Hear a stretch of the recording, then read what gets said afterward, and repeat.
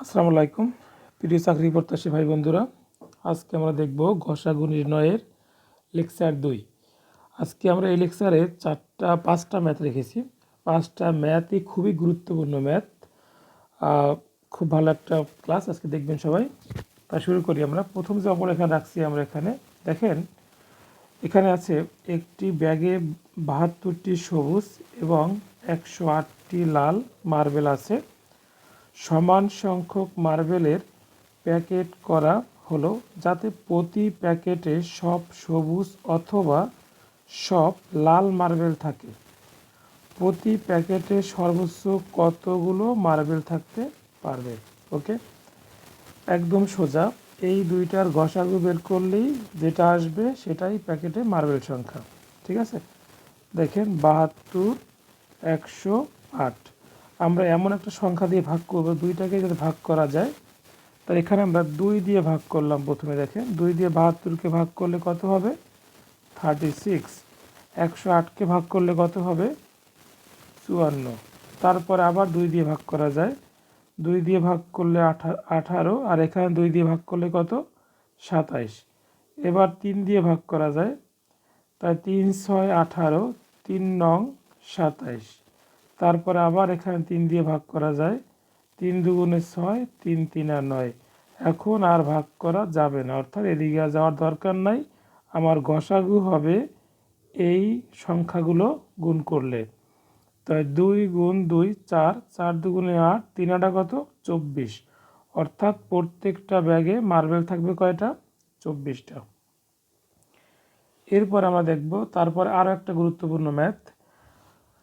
একটি 120 ফুট দৈর্ঘ্য ও 7 ফুট প্রস্থ বিশিষ্ট 70 ফুট প্রস্থ বিশিষ্ট আয়তাকার ঘরের মেঝেকে বর্গাকার টাইলস দিয়ে সম্পূর্ণ ঢেকে দিতে হবে। সর্বোচ্চ সাইজের বর্গাকার টাইলসের বাহুর দৈর্ঘ্য কত হবে? অর্থাৎ এখানে কোনো টাইলসকে কাটা যাবে না, সম্পূর্ণ পূর্ণ সংখ্যক টাইলস ব্যবহার করতে হবে। তার মানে এই অঙ্কটা সেমভাবে আমরা করব। অঙ্কটা আসছে কোথায়?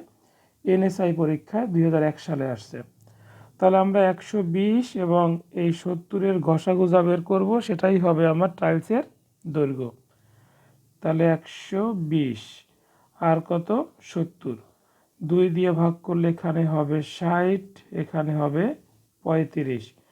এমন সংখ্যা দিয়ে ভাগ করতে হবে দুইটাকেই যেন বিভাজ্য হয়। ঠিক আছে, এখানে 2 দিয়ে ভাগ যাবে না, 3 দিয়ে যাবে না, 5 দিয়ে দিই। 5 বারো কত? 60, 5 7 35। আর এখন এমন কোনো সংখ্যা নাই যা দ্বারা 12 এবং 7কে একই সাথে ভাগ করা যাবে নাই, যেহেতু এখানে স্টপ, আর যাওয়ার দরকার নাই। তাহলে এখানে গসাগু কত? এই 5 দুগুণে 10। তাহলে প্রত্যেকটা টাইলসের দৈর্ঘ্য হচ্ছে কত মিটার? 10 ফুট। মিটার এখানে ফুট হয়ে আছে। ওকে, এরপরে আমরা দেখব 3 নাম্বার ম্যাথ। দেখেন, এই ম্যাথটা খুব ইম্পর্টেন্ট ম্যাথ। এটা আসছে বাংলাদেশ পরিসংখ্যান ব্যুরো 2014 সালে আসছে পরীক্ষায়। খুবই ইম্পর্টেন্ট ম্যাথ। কোনো বিক্রেতাকে 3.25 টাকা, তারপরে 4.75 টাকা, 11.50 টাকা একই ধরনের মুদ্রা পরিশোধ করতে হলে সবচেয়ে বড় কত পয়সার মুদ্রা প্রয়োজন? আমরা আগে প্রত্যেকটা টাকাকে পয়সায় কনভার্ট করি। ঠিক আছে, তাহলে এখানে কত? 3.25। যদি 3.25 টাকাকে আমরা 100 দিয়ে গুণ করি তাহলে হয়ে যাবে পয়সা, অর্থাৎ 325 পয়সা। তারপরে 4.75, 4.75কে আমরা 100 গুণ যদি করি এটা হয়ে যাবে পয়সা, 475 পয়সা। তারপরে 11.50 টাকাকেও পয়সায় কনভার্ট করব আমরা। তাহলে 11.50 গুণ দিব কত? এখানে 100। তাহলে এখানে 100 গুণ করলে এখানে হবে তাহলে 1150 পয়সা। এই পয়সাগুলোর যে ঘষাগু বের হবে সেই ঘষাগুই হচ্ছে সবচেয়ে বড় মুদ্রার সংখ্যা। ওকে, তাহলে 325, 475 1150। তিনটা সংখ্যাকে ভাগ যাবে এমন সংখ্যা আমরা খুঁজে বের করতে হবে। 5 5 দিয়ে এখানে ভাগ করলে কত হবে? 65। 5 দিয়ে এখানে ভাগ করলে কত হবে? 95। 5 দিয়ে এটাকে ভাগ করলে কত হবে? 230। ওকে, তারপরে আবার দেখো 5 দিয়ে যায়, দেখেন 5 দিয়ে যায় এখানে 5 13 65। 5 দিয়ে 95কে ভাগ করলে হবে 19। 5 দিয়ে 230কে ভাগ করলে হবে কত? 46। এখন আর কোনো সংখ্যা নাই যে তিনটা সংখ্যাকে একই সাথে ভাগ দেওয়া যাবে, নাই যেহেতু ওদিকে আমরা আর যাব না। তাহলে এখানে গসাগু কত? 5 5 25। তাহলে এখানে কি বলছে? মুদ্রা ধারা পরিশোধ করতে হলে সবচেয়ে বড় কত পয়সার মুদ্রা প্রয়োজন? 25 পয়সার সবচেয়ে বড় মুদ্রা প্রয়োজন। এরপরে আমরা দেখব কোশ্চেন নাম্বার 4, ইউনিসাই পরীক্ষা 2021 আসছে অঙ্কটা। কোনো বৃহত্তম সংখ্যা ধারা 102 এবং 186কে ভাগ করলে প্রত্যেকবার 6 অবশিষ্ট থাকে। তো এখানে আমরা যে কাজটা করব, প্রথমে 102 থেকে 6 বিয়োগ করব, 186 থেকে 6 বিয়োগ করব, যে সংখ্যা পাবো তার ঘষাগু বের করলে আমরা পেয়ে যাব আমাদের বৃহত্তম সংখ্যাটা। ওকে, তাহলে এখানে 102 থেকে যদি 6 বিয়োগ করি তাহলে কত আসবে?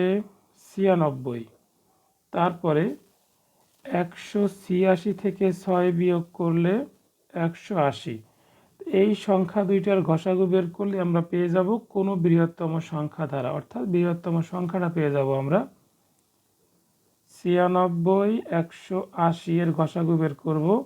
তো এখানে 2 দিয়ে ভাগ করি আমরা, 2 দিয়ে ভাগ করলে 48, এখানে আসবে 90। 2 দিয়ে এখানে ভাগ করলে আসবে 24, এখানে ভাগ করলে হবে 45। 2 দিয়ে এখানে যায় না, 3 দিয়ে যায়, 3 আটা কত? 24, আর এখানে 3 15 45। এখানে আর কোনো সংখ্যা নাই যে সংখ্যা দ্বারা এইদিকে দুইটা সংখ্যাকে একসাথে ভাগ করা যাবে, নাই, তার ওদিকে আমরা যাব না। তাহলে এখানে গসাগু কত? 3 দুগুণে 6, 6 দুগুণে 12, অর্থাৎ বৃহত্তম সংখ্যাটি হচ্ছে কত? 12। আজকে এই লেকচারে আমাদের লাস্ট ম্যাথ হলো 5 নাম্বার। 5 নাম্বার ম্যাথে কী আছে অঙ্কটা? এটা আসছে ডেস্কো পরীক্ষা 2019 সালে আসছে।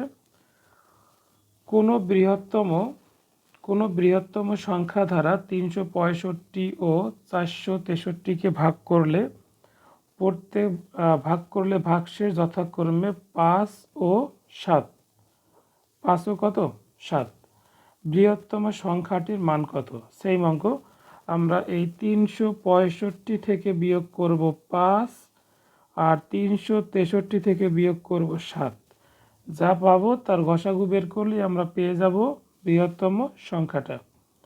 তাহলে 365 মাইনাস হচ্ছে 5, তাহলে 360।